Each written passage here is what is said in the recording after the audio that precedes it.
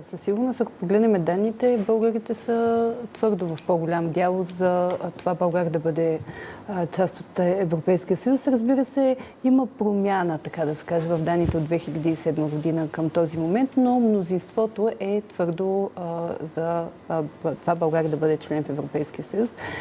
Видяхме какъв ентусиазъм и данните го показваха по отношение на присъединяването на България към Шенген. В крайна сметка много важно обществото да разбере нещо, което очевидно не е разбрало, че присъединявайки се през 2007 година, ти не можеш много да избираш.